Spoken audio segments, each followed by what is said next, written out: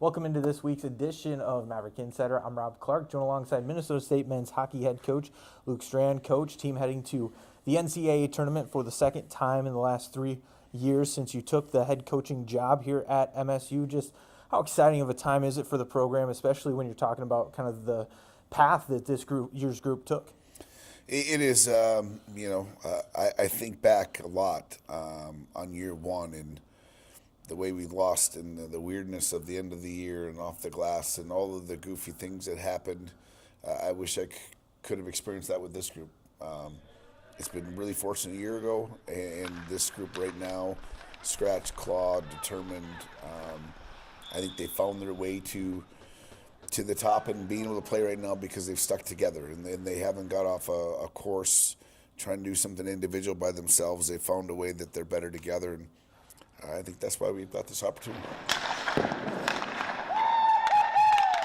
And we'll talk about this with players later, but 17 new faces coming into the program when the team, loses to Western Michigan in double overtime in last year's NCAA tournament. Just how quickly did this coaching staff had to kind of turn the page to, ensure that the Mavericks would have these pieces in place for this season? Yeah, it's no fun. I think it's college athletics now. It's unfortunate but at the same time, it's fortunate because I would tell you, like, if someone doesn't want to be here, there are plenty of people that are knocking to be here. That being said, the more continuity you keep, the further along you start. In the 17 new guys, I think they're great dudes that came in the door, but I think the guys that were here, to put their arms around them to make sure that they felt like this would be home for them and this would be the spot that they could continue not only to maybe thrust into their career and continue to play good hockey, but be part of something really special internally. You'd have to give all the credit for me to the returning players that way. And when you are out and looking at, players, what sort of player is it that you're really looking to bring into the program to, be able to come in and, continue that winning tradition that we see here at Minnesota State? The portal is difficult because, there's probably a backstory why someone's leaving somewhere. And they're not all bad backstories. Sometimes it's just flat out opportunity. Now, it's a different when, you probably get a pretty good feel.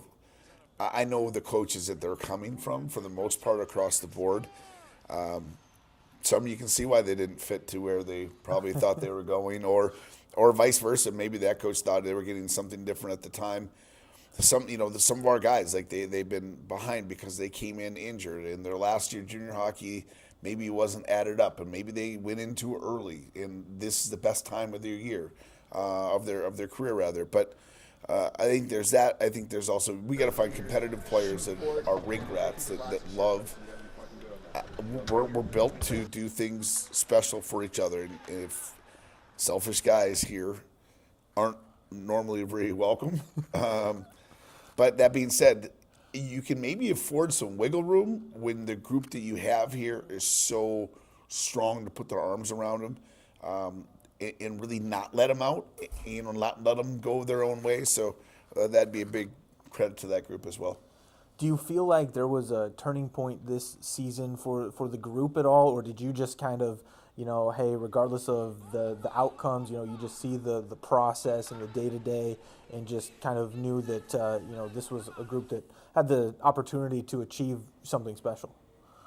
You could feel some things in the first half that were really good. Like, I thought that there was, and then we were tired, right? That break, we had played 12 straight weeks. We were tired. There was no question. We had been dinged up. We weren't able to practice the right way because we were short bodies.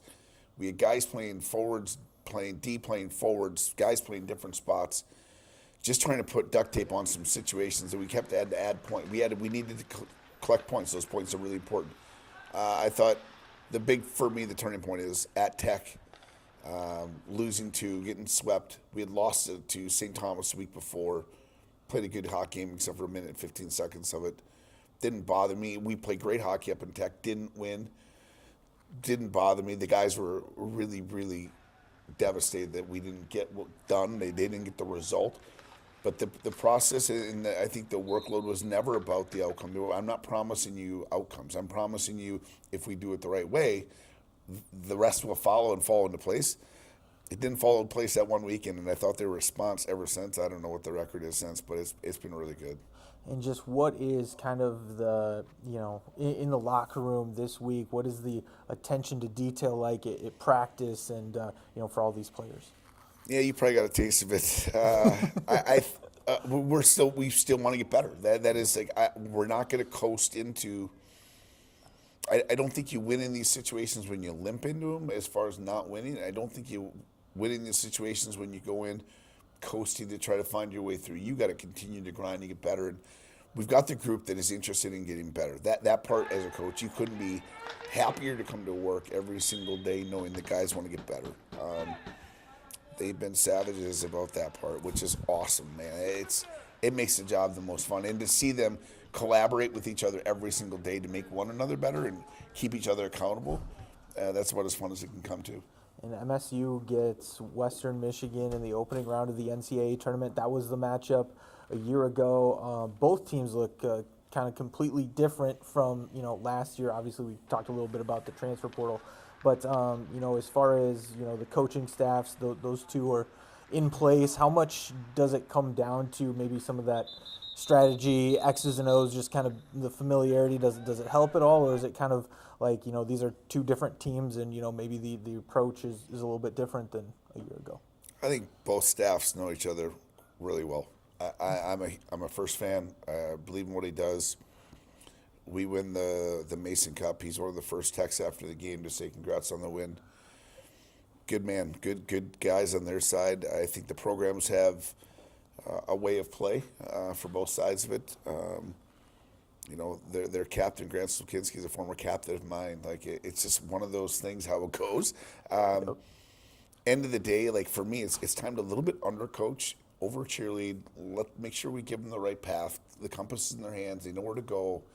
Let's just make sure they can get there with the right attitude and the right pace. And the program is a program. We're going to play against. You're playing at this time. They're a number one seed for a reason. The teams that are in the tournament deserve to be in the tournament. You better play best hockey at this time of year.